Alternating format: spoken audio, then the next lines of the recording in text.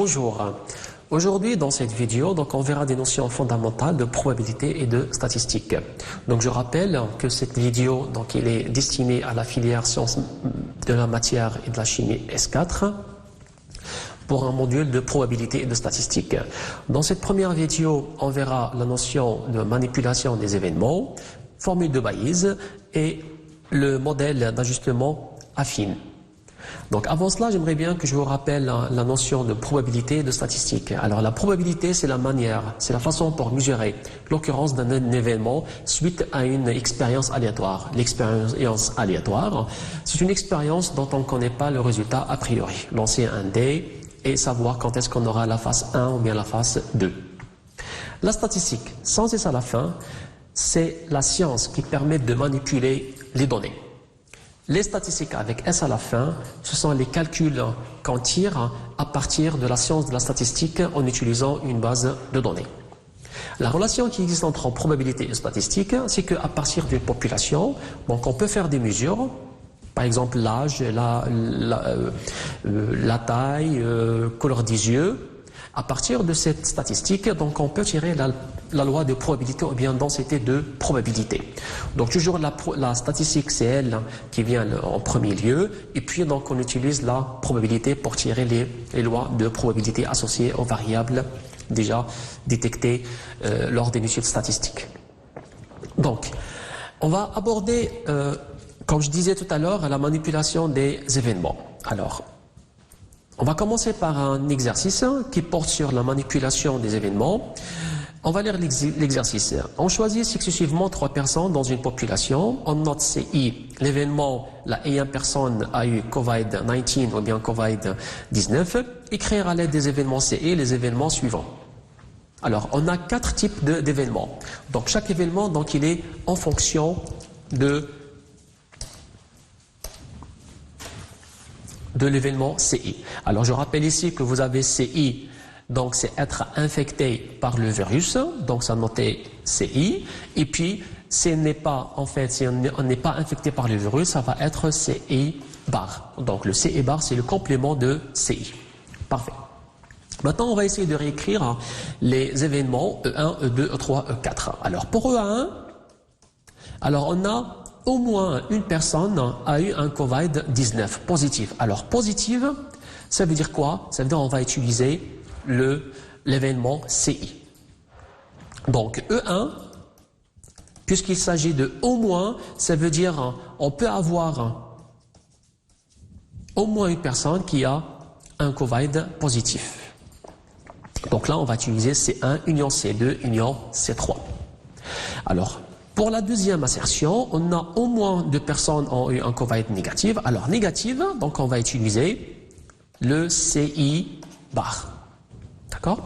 Alors tout simplement, donc E1, donc ça sera donné par C1 inter C2.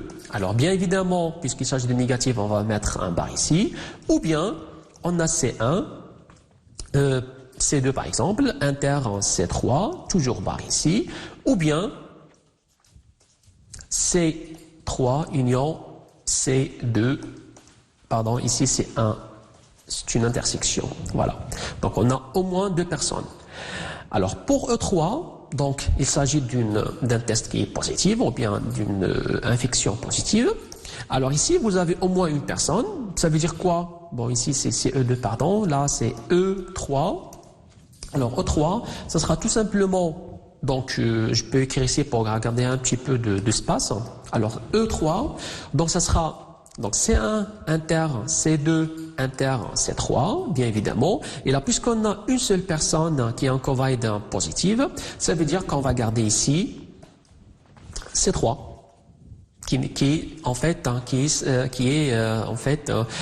infecté par le virus. Or les deux, donc ils ne sont pas infectés. Ou bien, donc on peut avoir notre alternative, donc C1, C2, C3 ici, et donc on a C1 avec C3, ou bien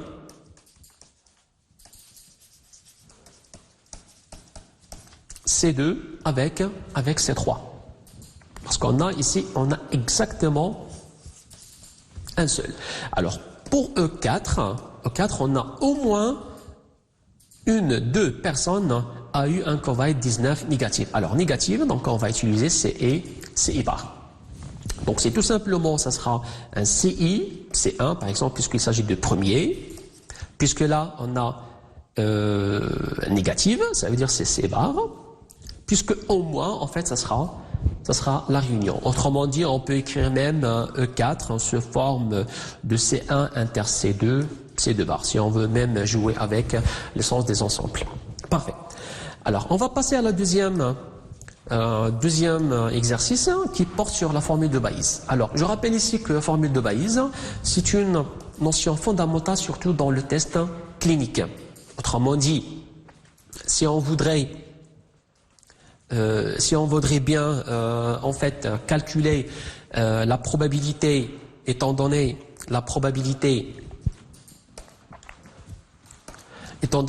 une probabilité conditionnelle de A sachant B, on peut tirer en fait la probabilité de B sachant A.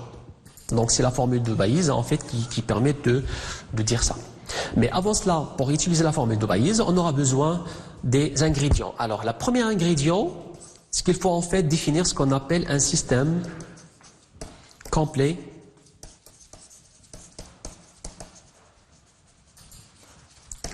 d'événements. Et deuxièmement, on va utiliser en fait la formule de probabilité totale. Alors, système complet d'événements, ça veut dire, si je prends l'univers oméga, de toutes les possibilités, donc je peux faire des partitions, par exemple A1, A2, on peut avoir même plusieurs partitions, telles que on a A1, AI, inter AJ, c'est l'ensemble vide. Et en fait, la réunion de tous les AI, ça donne tout l'univers. Ici, bien évidemment, I inter G, tel que I différent de J, ça veut dire que ce sont 2 à 2 disjoints. Parfait. Donc, on dit que là, qu'on a la famille AI, tel que I allant de 1 jusqu'à N, forme un système complet. Donc, un système complet d'événements. Parfait. Maintenant, pour la formule de probabilité totale, alors j'ai écrit ici pour la probabilité formule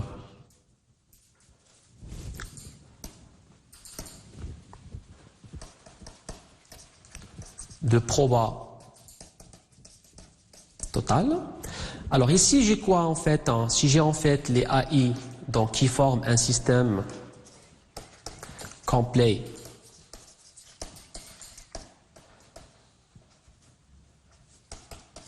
d'événements. Donc, quel que soit B un événement, donc je peux écrire la probabilité, je peux mesurer l'événement B, son occurrence, en fonction des AI. Autrement dit, je peux écrire avec cette manière. Ça veut dire que je cherche la probabilité relativement à chaque événement AI, multiplié fois AI, tel que I allant de 1 jusqu'à N. Autrement dit, c'est comme je peux voir en fait toutes les possibilités, toutes les probabilités vis-à-vis à chaque composante de système complet d'événements. Parfait. Donc on va essayer de voir en fait l'exercice. Alors, pour ce genre des exercices, chers étudiants, il faut absolument être attentif. Alors, pour pour bien réussir à résoudre l'exercice d'une manière rigoureuse, il faut lire l'exercice et comprendre les notions. Autrement dit, il faut lire le texte et puis, donc, il faut avoir en fait une autre lecture. D'accord? Ça s'appelle lecture des données. Alors, pour cet exemple, on va faire ce qu'on appelle une lecture en fait de texte. D'accord? Donc, on va lire tout d'abord. Donc, dans un centre de recherche clinique, on est arrivé aux constatations suivantes. Donc, ici, on a en fait 3 types de virus. Donc, la population, 40%, donc elle est infectée par V1, 30% par V2, 30% par V3. Et donc, chaque patient, donc, il y a un seul virus. Alors, comment peut-on lire autrement le texte? Ça veut dire qu'on va tirer, en fait, les probabilités qu'on estime utiliser. Alors, si je note par exemple V1, c'est être en fait infecté. Bon, je vais essayer pour garder un petit peu d'espace. Hein. Donc, V1, VI, en fait, c'est infecté par VI, par le virus VI. Voilà. Donc, et bien évidemment, vous avez dans la première question, donc calculer la probabilité qu'il n'est pas guéri. Alors, guéri ici, donc on va encore définir un autre variable, un autre événement, en disant que j'ai par exemple, comme guérir, donc être guéri. Voilà. Donc, on va essayer de lire le texte, mais on va le transformer sous forme des probabilités. Alors, je cherche ici, là, on a la probabilité de V1, on a 40% pour être en fait infecté par le virus V1, donc c'est 0,4. Vous avez P de V2, ça sera la même chose, c'est 0,3. Et la probabilité de V3, c'est 0,3. Alors, encore, on a la proportion des patients qui n'ont pas guéri, d'accord, et de 10%. Pour V2, c'est de 5%. Pour V3, et de 5%. Autrement dit, la probabilité, donc là, c'est guérir, mais puisqu'il s'agit ici, donc, n'a pas guéri, ça veut dire quoi? Ça veut dire que J bar, d'accord, J bar, donc, être infecté, d'accord, par le virus V1, donc égal à 0,1. Voilà, parce que c'est 10%.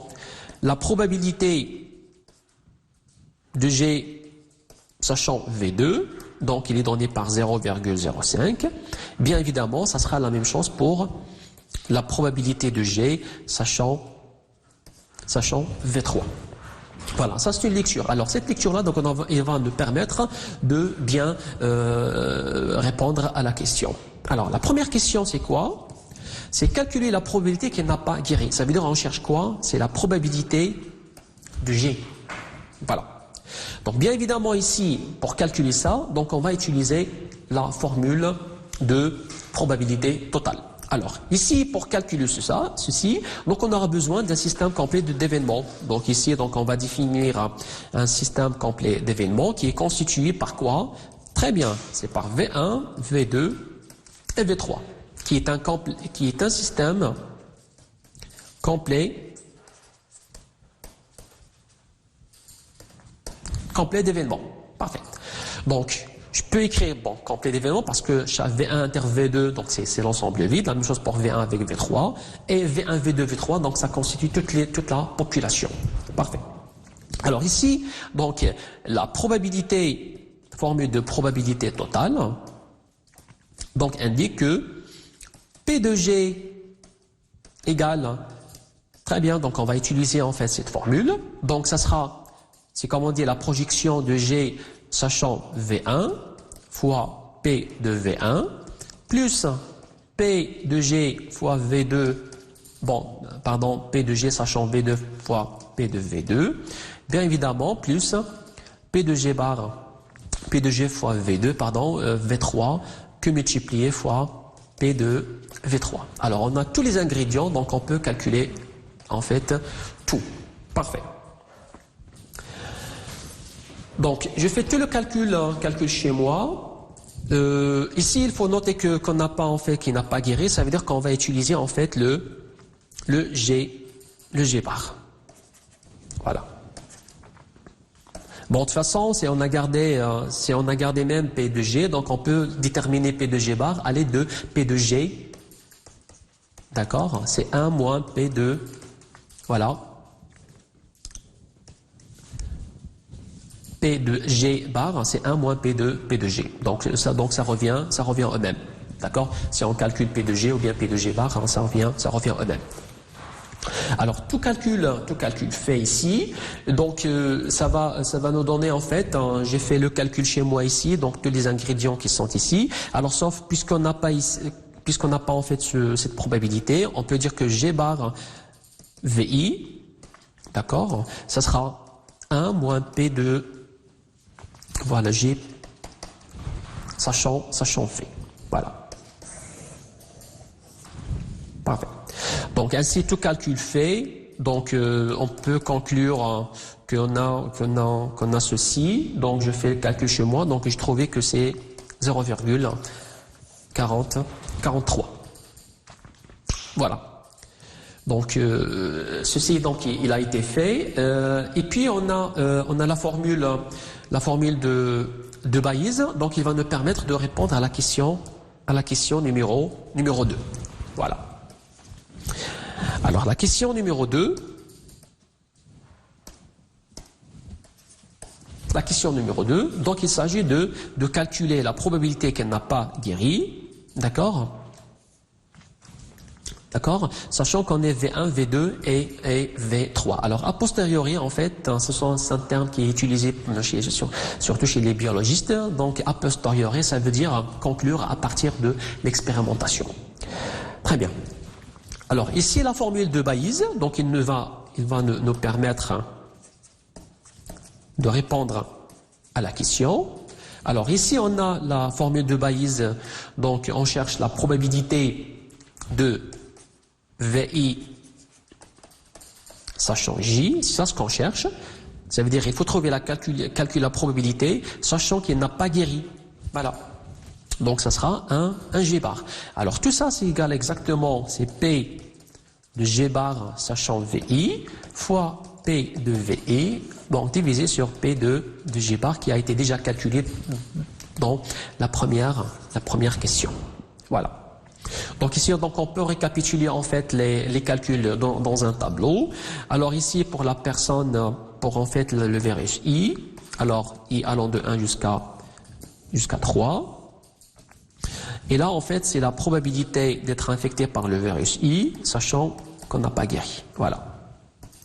Donc, j'ai fait tous les calculs chez moi. En fait, ça sera un 0,9 pour V1, ça sera un 0,9 fois 0,4 en fait divisé sur 0,43. Bon, ça donne à peu près 0,83. Alors, la même chose ici pour l'autre, ça sera 0,95 fois 0,3. Donc, divisé sur 0,43. Donc, c'est à peu près égal à 0,60. Donc, il y a la même chose pour l'autre.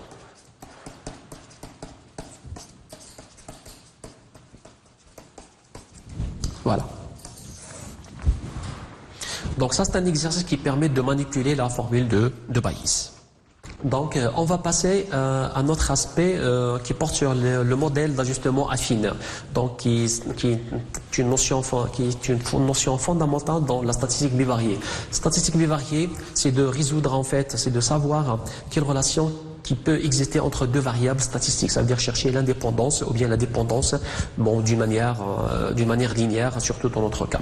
Alors, le modèle d'ajustement affine, je rappelle que le modèle d'ajustement affine, c'est d'écrire en fait, étant donné en fait des réalisations XY, donc on cherche en fait à évaluer Y en fonction de X, mais d'une manière affine. Ça veut dire Y, ça s'écrit sous forme AX plus B. Alors Y ici, donc ça s'appelle la variable A expliquée, X c'est la variable explicative. Autrement dit, on veut prédire la valeur de Y à partir de X. Le problème ici, ça réside dans le fait d'estimer les paramètres A et B. Alors, dans le modèle, dans le programme, de SNCS4, donc on va s'intéresser à la méthode de moindre carré. D'accord? À la méthode de moindre carré, en fait, qui permet d'estimer les A et la valeur de B. Voilà. Alors, donc ça c'est un exercice qui porte sur la réalisation des observations qui portent sur le pH d'un sol et l'aluminium échangeable. Donc là vous avez des réalisations de X, Y. Alors, ce qu'on cherche nous, c'est comment peut-on estimer Y en fonction de X. Alors, Y en fonction de X, donc l'exercice, donc il nous propose donc déjà une équation Y égale à K fois A à la puissance X. Ici les paramètres ce sont K et A. Alors, la première question donc, consiste à faire quoi? Consiste à choisir une transformation qui permette d'avoir un très bon modèle affine. Surtout après, donc, l'exercice, donc, il nous indique d'étudier la qualité de ce modèle. Parfait. Alors, avant cela, j'aimerais bien que je vous donne ici, en fait, la qualité de modèle. Donc, ça se mesure par le coefficient de corrélation.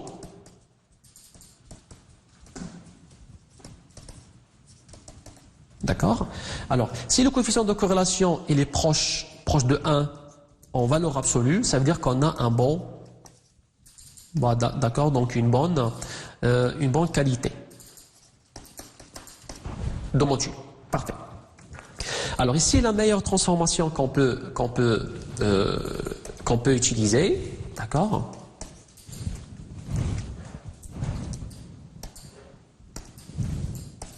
Donc, une transformation,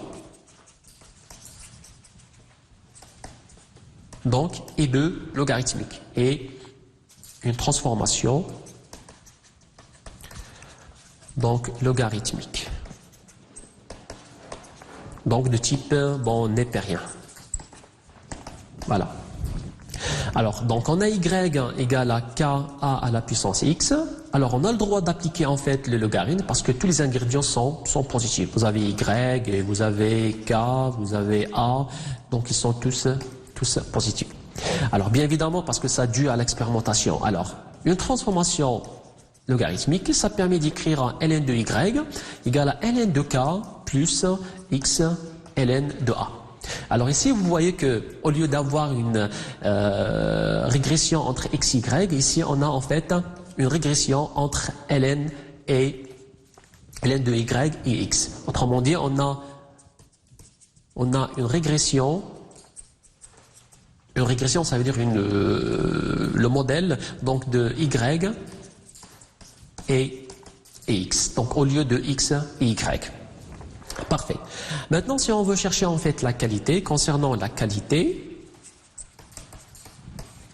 alors si on fait le coefficient de corrélation xy, je rappelle que le coefficient de corrélation, donc il est défini par cette formule. Donc c'est covariance de xy sur la variance de x fois la variance de y. Donc ça donne la covariance, donc c'est la moyenne de produit moins produit des moyens. Voilà, donc divisé sur la variance de x fois la variance de y. Parfait. Donc ici, si on fait avec ce calcul-là, donc en fait, j'ai trouvé en fait chez moi donc une valeur de à peu près de moins 0,8, d'accord? Or, pour le coefficient de corrélation entre x et ln du y, en fait, j'ai trouvé donc à peu près moins 0,998. Donc, dans la valeur absolue, d'accord, donc il est proche de 1. Donc, d'où que ce modèle, donc il est meilleur que celui-là. Très bien. Alors, donc le modèle il est bon. Ça veut dire quoi? Puisque R il est négatif, le coefficient de corrélation donc il est négatif. Ça veut dire quoi? Ça veut dire que ln de y et x donc se comportent d'une manière donc opposée. Bon, ça veut dire quoi? Ça veut dire que le coefficient directeur ici, bien la pente, ça sera en fait négatif. D'où A doit être en fait inférieur à 1. Donc A est inférieur à 1, ça veut dire que ça donne une qualité très bonne pour le modèle qui a été déjà établi suite à une transformation logarithmique. Très bien. Alors, la deuxième question consiste à déterminer A et B, ou bien estimer A et B, en utilisant deux valeurs. Donc la deuxième question maintenant, ça consiste à trouver A et B à l'aide de la méthode de moindre carré. Donc ici, la méthode de moindre carré, donc je rappelle ici que A, donc c'est on a en fait y égale à ax plus b, d'accord? Donc par la méthode de moindre carré, donc A c'est la covariance de xy sur la variance de x, et b en fait ça sera y bar moins a X bar. Parfait. Alors, dans notre cas, donc je fais tout le calcul chez moi. On a ln de y qui est égal à ln de k plus x ln de a. Alors, j'ai fait tout le calcul à l'aide de la méthode de moindre carré. Donc, j'ai fait le calcul chez moi ici. En fait, j'ai trouvé que qui est égal à covariance de x ln de y sur la variance de x. Et bien évidemment, ici, ça sera b, au lieu d'avoir b ici, donc on a, pardon, c'est ln de a, et là c'est ln de k. Voilà, c'est juste un petit erreur d'écriture. Alors là, vous avez ln de k, donc il est calculé à partir en fait de ça. Donc ln de a qui a été déjà calculé ici fois en fait x bar. Donc tout le calcul donc il a été fait. En fait, j'ai trouvé que a c'est à peu près 0,098. Donc je pense que vous êtes capable de calculer ln de a puis de trouver a. Et puis vous avez un cas qui est de l'ordre un petit peu grand. Voilà. 7,2,5. Voilà. Alors, troisièmement, donc j'ai fini par cette troisième partie, il s'agit de la prédiction. Ça veut dire pour une valeur x égale à 5, donc on peut trouver y à l'aide de la formule. D'accord? Donc y qui est égal à en fait a fois k fois a à la puissance x. Donc on va remplacer le k par sa valeur et a par sa valeur. Et en fait le x par 5. Donc on va trouver que y égale à peu près en fait un 0,68 ppm. Égale à 13. Donc on aura une valeur pour A, donc absurde, parce qu'on a dit que A, donc il est supérieur à, donc pardon, il est inférieur à 1 pour avoir un bon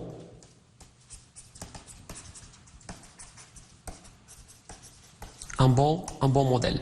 Alors pour x égale à 13, donc on a un A qui ce sera en fait supérieur à 1. Donc la prévision ici donc n'aura pas lieu. Donc autrement dit, bon, les chimistes donc ils comprennent ça. Donc pour un sol naturel ne peut pas correspondre, donc ne correspond pas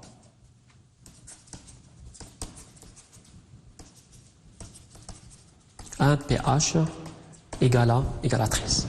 Égal à 13, pardon. Donc cette vidéo touche en fait sa fin.